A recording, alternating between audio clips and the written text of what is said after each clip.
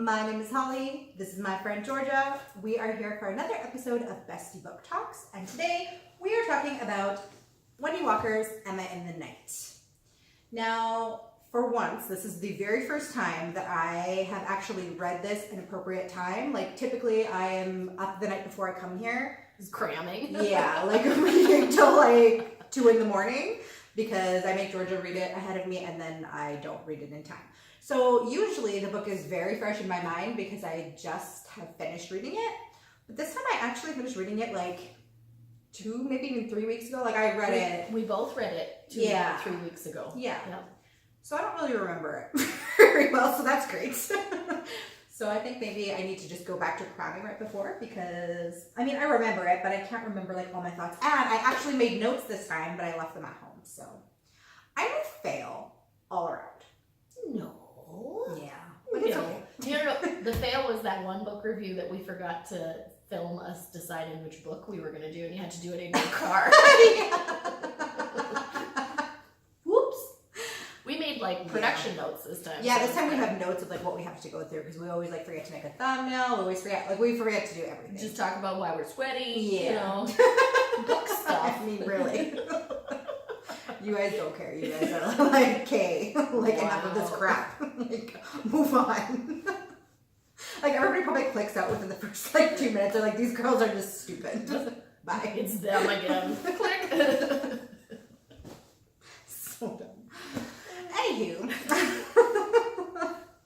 So, first of all, we are going to say, okay, first of all, we've said like 18 things already, but it's not first of all. But what I want to say is if you have not read this book, please click out of this video because we are going to be talking spoilers. We're going to go through everything. Major detail. Yeah, if you want to read this book, then go read it, come back, hang out with us, let us know what you think of it, if you agree with our opinions. Mm-hmm. But yeah, if you have not read it, probably click out. Unless you don't want to read it, but then I don't know why you'd even be watching this review in the first place if you're not interested in this book. But whatever. So I'm just going to go through the synopsis of this really quickly. For those of you maybe that, like us, who read it a little while ago and you can't remember 100%. Or if you haven't read this and you're maybe interested in reading it, you can find out what it's about and decide whether or not you want to read it before you come back to this video. So, the synopsis says, one night, 15-year-old Cass and her 17-year-old sister Emma disappeared. The family car is found deserted at a nearby beach. The authorities are baffled by what could become of them. 3 years later, with just the clothes on her back and no evidence or credibility to back up her claims of what happened, Cass returns home without her sister. Her tale is one of kidnapping and isolation and the mysterious island where the two were held. But Cass's story has holes, and to forensic psychologist Dr. Abby Winter, something about it just doesn't add up. As an expert in narcissistic personality disorder, Dr. Winter looks deeply into Cass's family to uncover the truth. She looks at the mother, a woman so beautiful on the surface and so damaged and damaging beneath. She looks at the stepfather and the stepbrother, each so uniquely troubled and dangerous. And she looks at Cass herself. What she finds will shock those searching for Emma and reveal a twisted story of a deeply dysfunctional family and the lengths to which Cass has gone to bring about redemption. Sounds good. Yeah. It was good, I think. What did you rate it? I did 4 stars. Well, I made my notes this morning, and so I kind of I did like you just did now and reread the synopsis and kind of was like, oh yeah. Yeah. I was on the fence about the 3.5, 3-star, and then the more I thought about when I was reading it, I got to a certain point and was like, and I was reading it on the couch with my husband, and well, not with him. Yeah. He was playing a video game and I was reading, but he'd be like, what's going on? And I'm like, oh, okay. And I'm telling him about it, and he's like, I don't care. Just shut up. That's what my boyfriend does too. Yeah. Yeah. Like, So, okay. the more I thought about it, the more I was like, it was slow in the beginning, and that's why I wanted to rate it maybe more like a 3. And then it was the last half of the book that I was like, oh. So I'm doing 4. It's still not like stellar, but really good. I enjoyed it. I would read it again. Yeah. I can't remember what I ended up rating it when I did my wrap up last month, but I think it was about that. I think it was about a 4.5-ish. I'm curious to know whether or not you kind of figured out what was going on at all. Like, did you have any inclination that the family was involved in this, or? Okay, so I thought the whole book was going to go in a different direction. I thought we were going to hear about the captors and the people that took them and the shit that they were doing, and that, yeah, the family's stupid and ridiculous, and the mom fought with the daughter, and that seems normal for teenage girls, right? So that's what I thought was going to be the real part of it. Like, when she's coming home, I didn't really catch on until, I don't know, a couple chapters into the book, that it was more the family that was the problem, and not, because you don't get to find out, I mean, you find out some horrible stuff about the captors, but she says, like, when Cass comes back, she says that her captors were nice to her. And then you found out some horrible stuff, but at the same time, they were nicer to her than her regular family had been her whole life. Yeah. So, I mean, I kind of knew that something was up, but I didn't know to that extent. Like, I was playing the theory game throughout the whole thing. Yeah, about, could be this, could be that. Yeah. But it was not exactly what I had. Yeah. I didn't guess that at all. I kind of had, like, fleeting thoughts throughout. Like, and I've been doing this a lot lately with books that I've been reading, is that I kind of, like, figure it out, but I kind of talk myself out of figuring it out, if that makes sense. Like, I had the thought that maybe the baby was Cass's. But then I immediately, like, dismissed it in my mind. Like, I just had, like, these fleeting thoughts of what actually ended up being happening. But then, like, the writing was convincing me of something else. So I kind of, like, let it go. See, and I didn't even consider that. Yeah. I assumed that the baby didn't exist. Yeah, I had that thought too. And I did have the thought throughout that maybe, like, something had happened with the family. I originally thought that it was the family that set up Emma's departure. I thought maybe, like, her mom was going to be embarrassed of having, you know, her teenage daughter pregnant, and they set them up with these captors. Yeah. Oh. That's what I kind of thought, and then that really, yeah. So that's what I kind of thought most of the way through. I can't remember what exactly happened that made me think, oh, never mind, that's probably not the case. But yeah, that was kind of the theory that I was going with for the most of it. And then it wasn't until, like, towards the end, like, I did figure out that they had killed Emma, but I did, like, it was, like, right before they let us know that. I kind of had it figured out, and then, like, right as I figured it out, then we were learning that is what happened. Yeah, but it was a pretty good twist there. Like, there were some really good twists. I like my notes about, because the book is told in two perspectives. One is from Cass.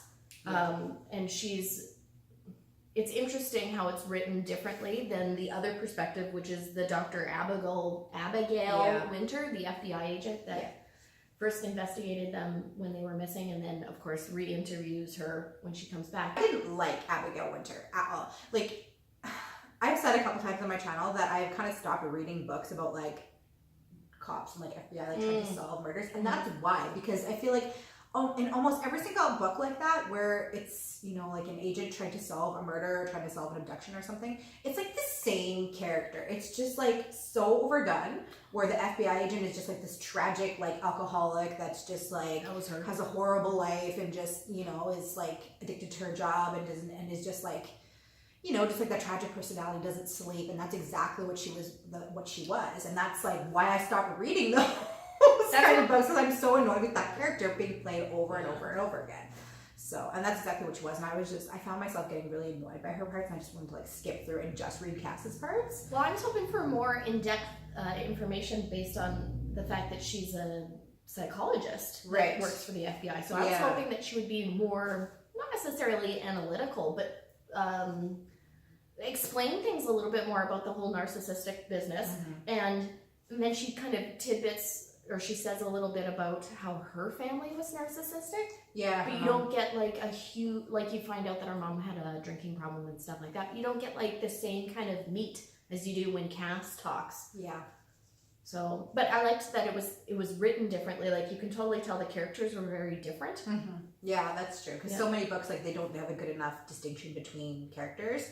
This one definitely did, for sure. Yeah. Well, and then I did like the part where, like, it never even occurred to me that this was a major difference. I mean, they're obviously two different characters, but partway through the book, the Dr. Winters says that there's a reason why Cass says things so specifically regarding numbers. Yeah. And at that point I was like, what, she doesn't? And I flipped back a little bit and was like, oh my God, yeah. She knows how many minutes it took for this. She knows how many times it was this. How many, like she's counting every little thing. And Dr. Winters was like, well, that's a coping mechanism. Yet then they were like, well, how come she doesn't know how long her sister was in labor? How come she doesn't know how long this and that? So that's where I was like, why aren't we talking more about the psychological factor of that?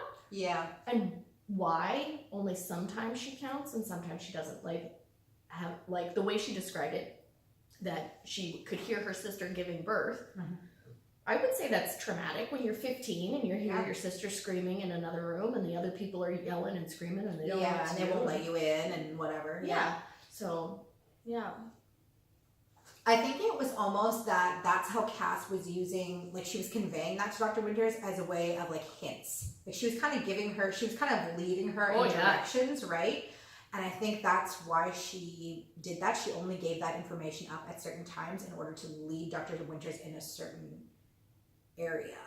I can't remember I know that there's a reason for this, but I can't remember why. Why didn't she just straight out tell Dr. Winters this is what happened? Why did she do that? Who believes a 15-year-old girl that's been gone for 3 years, they don't know where she's at, who knows if she's a crack whore or... Oh yeah, and it was because she didn't know where they had hid the body, so she was trying. Yeah, that's right. She was trying to lure her parents into going back to the burial site so that they could find her. Assuming that that's what they did. Her word against theirs. Yeah, that's right. P.S. Emma dies.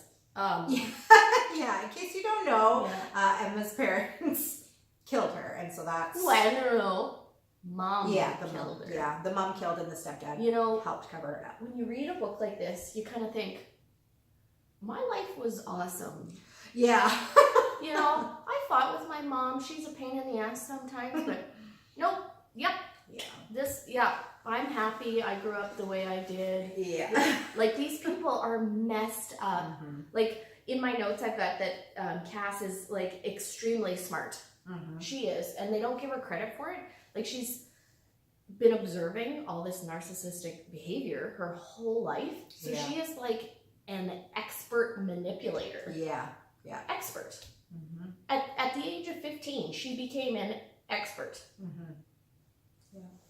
It's crazy. Yeah, no, I agree. And their mom, holy, and even in the beginning, how they say, even when the girls were just young, that the mother really wanted nothing to do with them and said to the father, you wanted these kids, you can take care of them now. My part's done, I birthed them. And it's okay, these are the type of people that should not be having kids, this mom. And the way she would treat her kids, with that necklace that Cass absolutely loved. Cass loved it so much and she bought it and gave it to Emma. Just because she was trying to punish her kids. It was just weird. And that was after, so during the parents' divorce, Cass and Emma's parents had gotten divorced and they were doing the whole court custody thing, and Emma and Cass were we want, they were talking to each other, we should live with our dad because our mom is bad shit crazy. Yeah. And then Emma was oh, Cass, you should say that you want to live with dad and tell the court that that's what you want, and I'll say it too, so that, they know that that's what we want. And then in the middle of the court, Cass says, I want to live with my dad, my mom, blah, blah, blah. And then Emma's I don't know what she's talking about. My mom is the best mom in the world. Fucking chucks her under the bus. The mom wouldn't talk to her and so asked her to call her Mrs. Martin. Oh my God, yeah. Not mom, not Judy, Mrs. Martin. Oh yeah, crazy. Fuck you. Yeah, no kidding. So Emma had obviously learned that behavior from her mom and was emulating the same sort of behavior. So she probably, had she grown up, she probably would have been the same way. Well, Emma already was manipulating, but she was not as calculated as Cass. Yeah. Cass observed and absorbed a lot of information before she actually took action. Yeah. Whereas Emma was a little bit more on the spot, a little bit indecisive. Yeah, she was emotionally driven a little bit more, whereas Cass would have held on to it to use it more at her advantage. Right, yeah. Emma just did things without thinking and just laid all her cards out on the deck, whereas Cass would keep them closer and use it to benefit her later. The picture. You find out, so at one point in the book, there's a whole thing about how Emma, there's a topless picture of her on the internet. They find out, this was before she went missing, that there was a topless picture of her on the internet, there was a big thing at school, all this shit, and then they find out it was uploaded at the house, so they assume it's the stepson, and you find out at the end, near the end of the book, that Cass knows who took the picture because no one admitted to it, and it was this stepdad. Yeah. And it wasn't she stepped out of the shower and he kind of like was waiting for her and shocked her. She was posed, right? Yeah. And so, yeah, I was like, but she held on to that information for a while. Yeah. Didn't tell anybody. Like, she still didn't tell anybody. Right. Yeah. Until like she led Dr. Winters into figuring it out. That's what she never Cass knows everything. She knows all the secrets, all the mysteries. She knows absolutely everything. But she never comes out and says any of it. She leads Dr. Winters into figuring it out. And that's something that's so interesting to me. Like you said, like she's 15 years old and she's figured out how to manipulate people. She's manipulating this doctor of psychology into figuring this out. Yeah. So, and having had only how old are you what grade are you in 15? Grade 10? Yeah. She's got a grade 10 education. Yeah. And whatever books she read while being captive. But even so, she has a grade 10 education. And she's, manipulating this psychologist. Yeah. But I can't remember, this is something that I forget in the book, but how did she end up coming into contact with her captors? Like, I know she ran away once she found out that her mom killed her sister, and then she was in a bus station, and that's how they met? Or did she have contact with them before? I can't remember that either, but it's very vague and very small, because I've been wondering that too. I'm like, when are they going to say how they got this? Because once they started talking to the guidance counselor, I'm like, okay, maybe that's the connection, but it wasn't. So I don't remember. Oh, you know what? Maybe it was like a sign at a bus station, because when she escaped the car, I know she went and ran to, I can't remember if it was a bus station or a train station or something, and she was like sleeping on a bench there or something? Yes, and there was a poster or something, if you need help, call this number. And so she called and was like, I'm trapped and I don't know what to do, and then they picked her up and she was like, this is what's going on. But didn't tell them, of course, my mom had just murdered my sister. I don't know what to do. It was, I'm 15, I ran away, I can't go back. I'm pregnant. And I'm pregnant, yeah. She's pregnant. Yeah. So Cassandra, like, she is the most amazing little thing ever. I hope, in my notes, I said potential career as psychologist. She can clearly read people, but let's talk about Emma. Yeah. And then the mom. Yeah. They're crazy. The apple didn't fall far from that tree. No, they're so manipulative. It's crazy. Like, I knew that there was going to be sex between a stepbrother and a stepsister. I assumed it was Emma and, what's his name? Hunter? Yeah. And it happened. But the sex between Hunter and the mom? Yeah. Yeah, and see, well, and I assumed that Emma was going to be having an affair with her stepfather. That's what I assumed, especially once we found out that he was the one that took that picture. I kind of thought throughout that maybe he might have even been the father, like maybe, who knows, right? Like, he's taking topless pictures of his stepdaughter, so I mean, an affair, I assume, is not very far beyond that, especially when he's already having affairs with other people. Like, but other adults. Right. The guidance counselor that stepdad has an affair with is an adult. Yes. Whereas Emma and Cass are underage. Yeah.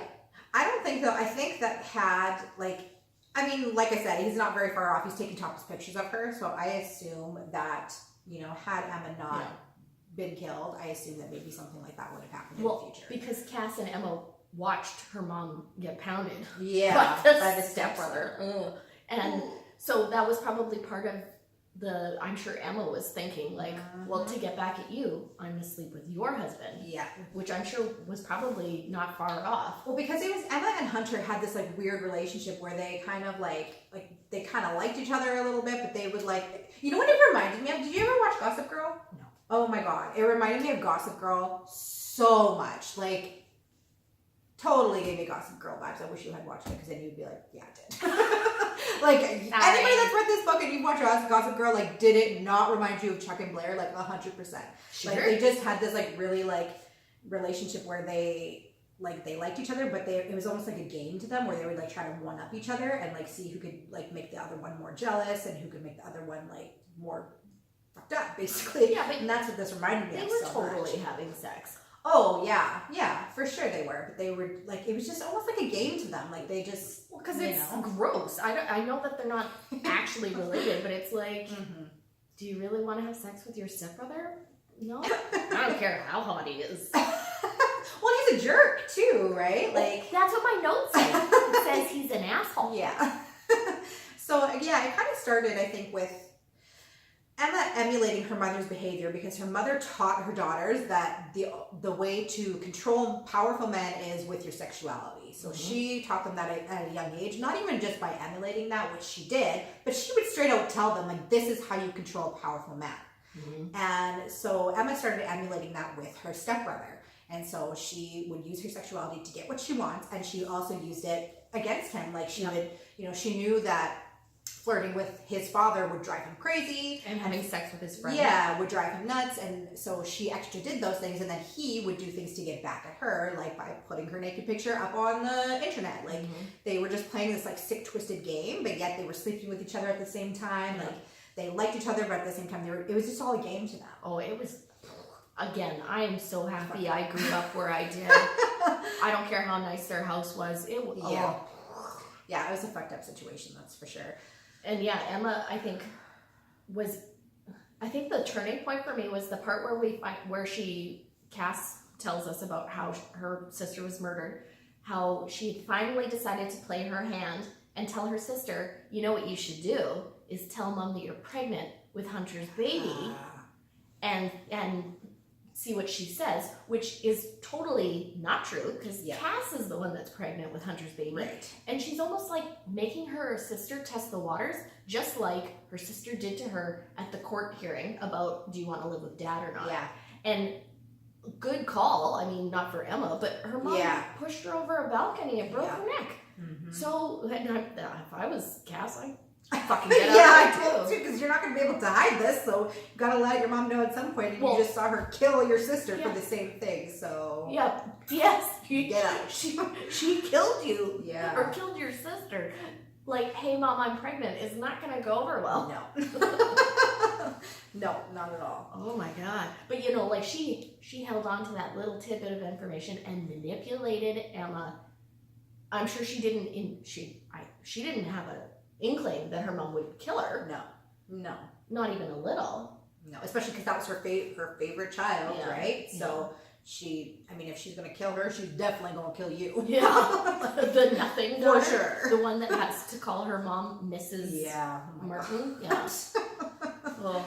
Yeah, no, it's just a very screwed up situation, screwed up family dynamic, people that should not be having kids. I mean, even the father, I had a hard time believing... Okay, because the father originally had cheated on his first wife with Mrs. Martin. And Emma's mom.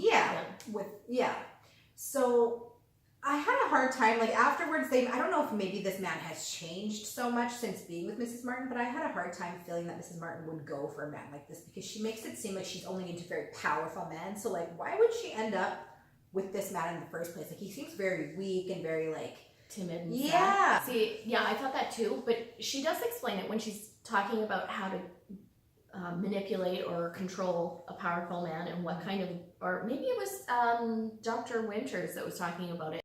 Either choose a man like the dad who is completely manipulated or like you can control him 100%, or you get a guy that likes to control you, but you have a certain aspect of control when it comes to like sex and stuff. Yeah. But I think the dad, she ended up sleeping with him, like making him cheat on his wife because it was a step up from her. She was like a secretary in some office. That's how they met. He had lots of money. So she used her sexual ways to steer him away from his wife. They were in love. Yeah. He gets a divorce. They get married, have their kids, and she's drunk off her ass half the time.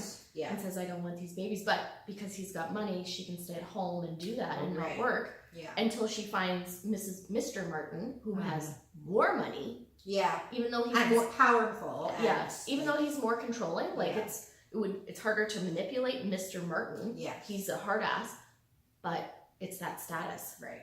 And so she's still in control because she moves up in the world of whatever. Right. And like same thing with Emma and Hunter, like it's a kind of a game to her that, you know, she's got this powerful husband that's like, you know, kind of controlling and like he's used to getting his own way in the world, and she uses it as a game, like with her sexuality, she's going to in turn control him, and so she makes all these moves, and like it's a game to these people, like, and I think that's like in reality, like with mental illnesses like that, that's what it is. Like people like they don't. I mean, I shouldn't. You know, I'm not a doctor, but Me you know, it's like a game where they don't care about people's feelings, and they just, you know, like want to see how far they can take certain things and personalities. I don't know. It's well, this I think the Mrs. Martin is like an extreme case of narcissistic behavior. Like why? Again, I'm not a doctor. Yeah, I don't know. But she done fucked up. Yeah, she's crazy. So let's talk about Mrs. Martin. I knew she was a messed up lady when she made her daughter call her Mrs. Martin. Yeah. But the one that put me over the edge was the story of how Dr. Winters finally got Cass kind of away from her mom when she had come back and they're doing their interviews, and they were going through photo albums to find a picture of Emma to repost because they're looking for her, right? Yeah. And they find that picture of Emma with chopped off hair, and it's horrible. And Dr. Winters is like, this wasn't here before. When you guys went missing, I never saw this. And Cass is like, oh, this was, you know, the year that mom had cut her hair. What do you mean? Well, yeah. And that in the middle, well, I don't remember why she was mad at her daughter, but she was mad at her. Yeah. So in the middle of the night, the mom got on top of Emma, like, stressing her, like sitting on her chest, so her arms and legs were covered up, and chopped her hair off with scissors. I don't remember what Emma did. Yeah, I can't remember either. Doesn't matter. Either way, no matter what they did, like that's fucked up. That's fucked up. Yeah. Like sure. That's not okay. And I mean, that for me, I was like, whoa. Like I knew this Mrs. Martin was a bitch. She's horrible. Like even in my notes, I said she didn't recognize Cass after 3 years. Yeah, I found that weird too. Like it's different if your baby was abducted. Yeah. And 3 years later, you're like, well, it kind of looks like my baby. Yeah. Because they grow so much. But from 15 to 18, should look about the same. For sure, yeah. It shouldn't be that big of a difference. Yeah, and she has no idea who this person is on her doorstep. It takes her a minute to catch on who she is. And then I put in there the clothes that don't fit on purpose. Like, you know, Cass comes back and the mom's like, or whatever. I can't remember. She gives her clothes, but she says she makes sure every single person knows, like, oh, I gained a little bit of weight a while ago, so these are the clothes I'm giving her. She does, like, she needs to make it known that, like, I'm not the same size as her. And that was the first, like, official interview days with the psychologist and the FBI people. And then the next day, like, the next morning, she's like, oh, here's the new clothes I bought you, which is funny because even Cass is like, Kate, well, you haven't left the house. Yeah. You know, and it's Sunday at 6:30 or whatever. Yeah, so you've already had these. Had these clothes that fit me. Yeah. Beforehand, but you made me have pictures and talk to these people with my stepbrother's old shoes and your fat clothes. Yeah. But like the haircutting one, I'm like, holy shit. Oh, that shit insane. Yeah. Totally crazy. Yeah, and then the picture she hid from the FBI because she knew that she was like, when the girls go missing, that if she had shown those pictures with the girls there with Emma's hair all chopped, she'd have to explain that. Yeah, like how or why did that happen? Granted, there's nobody there to say that it wasn't what it was. Yeah, she could have just said, she felt like cutting her hair and did a horrible job or whatever. Yeah, but it was like a hack job, obviously, like cutting somebody's hair, chopping it off while they're struggling against you and screaming. It was a hack job, so it was hard to even make it look good. You know, once Emma finally went to actually get it cut to try to fix it. It still wasn't really fixed. Oh, and then my other note was worst mom ever and slut. I mean, you're not wrong. She is both of those things. Yeah. She's a slut. Yeah. by all definitions. Yeah. And because who sleeps with their stepson? Yeah, that's right. Well, and even like the stepson himself, like there's just so many different mental illnesses running through this family. Like it's just like they are all have something going on with them. Like you gotta wonder. Holy. So they never talk about like family friends or like couple friends or something. But like Mr. Martin obviously works in some fancy place and he makes lots of money. But the people in his office, do they know how fucked up? Like you never hear about friends and family. No, yeah. Because but they put on a show, I imagine, as well to the outside world, right? That are only like this screwed up in the confines of their own home. Okay, but not everyone is so gullible to be Well, like, yeah. oh, their life is so perfect. When you can sort of see that clearly it's not. Yeah.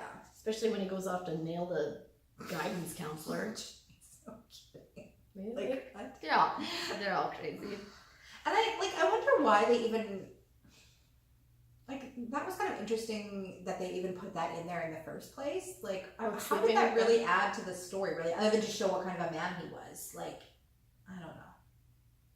Oh. Maybe that is the reason Yes. why. No. Okay. So it starts with the picture of the chopped off hair. And Cass is telling Dr. Winters this about that her mom had chopped off Emma's hair. Mm-hmm. And she's like, okay, well, who knew about this? Like, what happened? Obviously, she went to school after she gotten her hair fixed.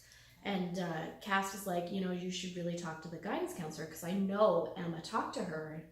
And Dr. Winters is going through all her old notes and says, like, we did talk to her. Yeah. She said that she had never really talked to her. Yeah, she had met the girls in passing, as many guidance counselors do. Mm-hmm. You got a school with 600 or 800 kids in it. You're not going to know every one of them. Right. So, but Cass is like, no, I know that she sat down with the guidance counselor. I know Emma talked about it. You should talk to her. You should talk to her. And then that's the little trigger. She's giving her like these little breadcrumbs to find Emma. Yeah. So, Dr. Winters goes to the guidance counselor and finally, with a little bit of prodding and a little lie, gets the information she needs to find out that the guidance counselor was sleeping with Mr. Martin. Right. And then they find out that it's Mr. Martin that knew about the haircutting. Yeah. So it just kind of sets up what kind of parents these actually were. Like shows that everything wasn't as perfect as they tried to make it seem. Yeah, that makes sense. Yeah. Yeah. I don't know. Cass is a genius. Yeah. Oh yeah. She absolutely is. Like, it's crazy. And even just how she survived, like, and how she figured everything out, like, to get herself off this island. That's the one thing we haven't really talked about is that, she's on this island and she essentially becomes trapped there. Prisoner. Yeah, because these people decide that they want her baby. I think originally they were there to help her. And then once she had the baby, I think it kind of, I can't remember what their names were, but made the wife, we'll say, realize that she wants another baby because her baby, that she couldn't have kids.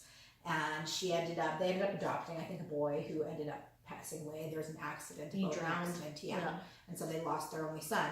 And then now, they're helping this teenage mother, she gives birth and this woman kind of like comes into her own mental illness and like starts taking control of this baby, won't let Cass see her baby or do anything with her baby, and like essentially wants to raise her as a sister with her. So as long as Cass was okay with this, I think she would have been fine. Like, she stayed there with them. They treated her fine and until it came to the point where she wanted control of her own baby and wanted to be a mom to her baby.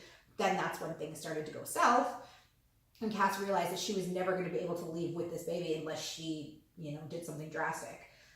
So she, like you said, she's a master manipulator. She ends up manipulating this man that brings supplies to the island. For like a year and a half. She has this She's plan. slowly working on this. Yeah. Like for me, I need notes in a book or something. Like, don't forget this shit and plan this out and don't forget that. Yeah. She plants the seed in his head by telling him in passing something that he confidentially told Her this captors, couple. And she lets him know that they have told her. And so that kind of starts to plant the seed of doubt in his mind, like, oh, like maybe they're not, as trusting and wonderful. Yeah. And That's that what I thought. now I have a new confidant and she's interested in me, And then she starts having sex with him, she starts sleeping with him in order to, perpetuate this, like make him think like, oh, we're together or whatever, and in order to get him to help her, which in the end he doesn't end up helping her. She ends up having to kill him too. Not on purpose. I don't think she meant to. Well, maybe she did. I think she did because he wasn't going to let her leave. Like, even after all that, her plan ended up backfiring, and he wasn't going to let her leave. He told her that she had to take that baby back. Is that what happened? I think so, unless I'm making that up in my mind.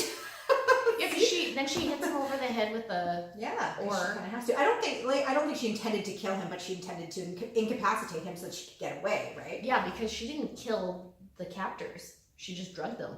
Oh yeah. Because the crazy captor mom always had been telling her that she takes like a sleeping pill. That's right. And then the captor dad and her would stay up and watch a movie or play a board game or something like that. And she was like, "Oh, do you want me to make you a drink?" "Yeah, sure." And so she crushed up a whole bunch of these sleeping pills, and he fucking passes out. So, and those people are passed. So she doesn't kill them. So that's what makes me think that she didn't intend to. She just needed to get away. Needed to get away, and I'm sure she probably meant maybe knock him on the head. He'll pass out. He'll be fine. Yeah. Tomorrow he'll have a lump, and everything will be, right. But he ended up drowning. Right. So, but yeah, she kind of has to concoct this plan. She never admits to.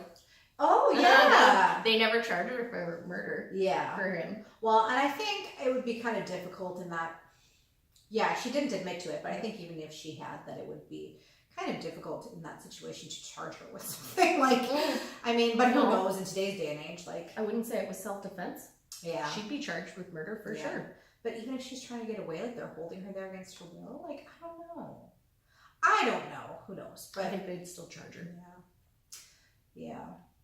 But I mean, in the end, it works out for her at least. Like, she ends up going and living with her her half brother. Yeah, until she can get back on her feet and everything. But which is really interesting because that's in my other notes. The half brother. So Cass comes back after 3 years, and it's all exciting, and news trucks come, and her dad comes, and he's bawling his face off because he's a pansy. I mean, I'd cry too, but you know what? He's just a sad man. Yeah. Like a wilted flower. Just seems kind of pathetic. Yeah, and then when Hunter comes, the stepbrother, it's all about the show with him and his girlfriend, and that everything's cool and hunky dory, and he's excited to see Cass. Yet the brother Wyatt. Yeah, I think so. Wit. Yeah. Wit. I think I was calling him Wyatt because I don't like Wit. When he comes to see her, in my notes, I'm like, he doesn't seem that excited or happy or overjoyed. I'm like, this is the brother that loves her. Yeah. No sexual stuff. Yeah. Nothing weird. Yeah, they had a bigger age gap, and like when Mrs. Martin and their dad were having problems, like the brother was their support. Right. For both the girls. He was really the only person in their life that was normal. Like, he was the only person that actually was a normal force in their lives. So everyone else around them was completely crazy. One way or another had some sort of something going on with them, and he was the only person that was, and he, like you said, he wasn't very, excited. He should have been, jumping up and screaming and grabbing her and giving her a hug and not letting her go, but he seemed so nonchalant about it. So that's why I was like, but then when we find out at the end that he had already seen her, she went to him first and gave him her daughter to take care of while she was going through all this. Yeah. So that ended up making sense at the end. But all the pieces were there. Like, you could have figured out this story, but if you really thought about it, but just little tidbits like that kind of added up. But it was really well written. I think. It wasn't blatantly obvious to you that this is what happened, but once you find out the ending, you can go back and say, oh yeah. Oh, absolutely. But through it, you kind of go, well, okay, so who's sleeping with who? Right. Who did this? And like I said at the beginning of our review, that I was like, I thought the baby wasn't real. I thought it was just a ploy to force them to find, have more incentive to find Emma. Because it's one thing if it sounds bad, but a teenager or a young adult that just takes off because their life is shit and they don't want to have anything to do with their family. But as soon as you say baby, everyone goes, oh my God, where's the baby? It needs to be taken care of, right? There's a new sense of urgency. Exactly. So, and I mean, Cass tells the story of how, supposedly, when her and Emma are on the island where they're captors and they want to leave, and the captors are holding the baby over the water like a fish. Oh my God. Even though that did happen to Cass, because of course Emma wasn't there, you know, that's the urgency that these people are fucking crazy and will kill a baby. Yeah. So you need to find my sister and her baby. Yes. But that's why I was like, is the baby really real? Yeah, I had that thought too a couple of times. Like, I kind of almost thought that maybe something so bad had happened to Cass that she invented maybe the baby, like as a coping mechanism or something. Like, even with Emma, like there was, like I said, there was that part there where I kind of thought maybe something had happened to Emma and she wasn't really alive anymore. And then that's when I kind of had that thought, like, maybe Cass has invented that her sister's still alive and she invented this baby in order to cope, like to have something to feel like, oh, my family is here with me. I'm not just being held captive by myself. Yeah. I had that thought too throughout, but yeah, it was a surprise to me in the end when it ended up being Cass's baby. Since like at 15 that she was, I'm gonna manipulate the stepbrother enough to have sex with him. Yeah. And I thought, is she really gonna do that? I feel like that's above her. But I don't think it worked out to be what she thought. Mm-hmm. So overall, yeah, definitely recommend this for sure. It's definitely a good, like, kind of thriller, like psychological mystery. Yeah, I think we've pretty much said everything that we need to about it. We both really enjoyed it. Definitely recommend it. You like stories about fucked up moms and families? This is the one. But we are going to let you guys know what we're going to pick next. So I don't know if you guys can even see this, but we're going to pick 3 Secrets by Claire Boyd. So the synopsis of this one says, a terrible secret killed your husband, but which one? Robert kisses his wife on the head before heading out to the shop for more wine. He walks up the hill, takes a left across the footbridge, and jumps to his death on the busy motorway below. 2 years later, Francesca and her young daughter are leaving London for a fresh start. Money is tight, and Robert's mother has found them a little cottage in her village. Francesca is grateful for the help, but why does Robert's mother want to keep them so close? Does she know about what Francesca did in the hour before Robert's death? Soon, Francesca begins to suspect there was more to her husband's death than she realized, that there might even be darker secrets hiding in his past other than her own. The closer she gets to uncovering the truth, the more she asks, is her own life in danger now too? Comment down below if you have read Emma and the Night and let us know what your thoughts on it were. If you agreed with us, if you didn't agree with us, let us know. And pick up the copy of, what's it called? 3 Secrets? Yeah. Apparently. Pick up the book that we're reading next and read it with us. We would love it if you would do it. And it is called 3 Secrets. Anyway, so that is all for us today, you guys. I hope you're having an awesome day, and I will see you in my next video. Bye. You can read. Yeah. I can do it. I can do it. We're smart. I'm smart. Comment down below if you have read Emma Down Under.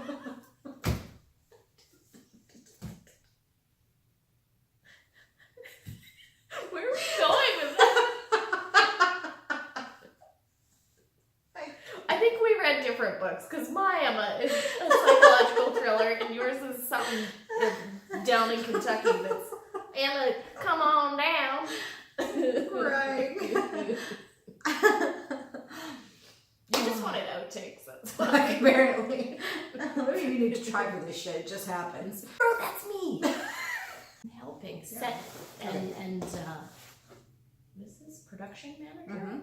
That's me. I've just titled myself. Pretty, I don't know.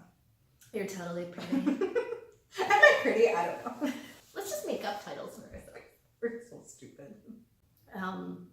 It's interesting because I don't know where I was going with that. How much is it too? Yeah, my brain hurts. Wait, is this thing on? Yeah. What's in the club? That's like yay! You did it again. It's just like I don't even notice. Okay. Yay!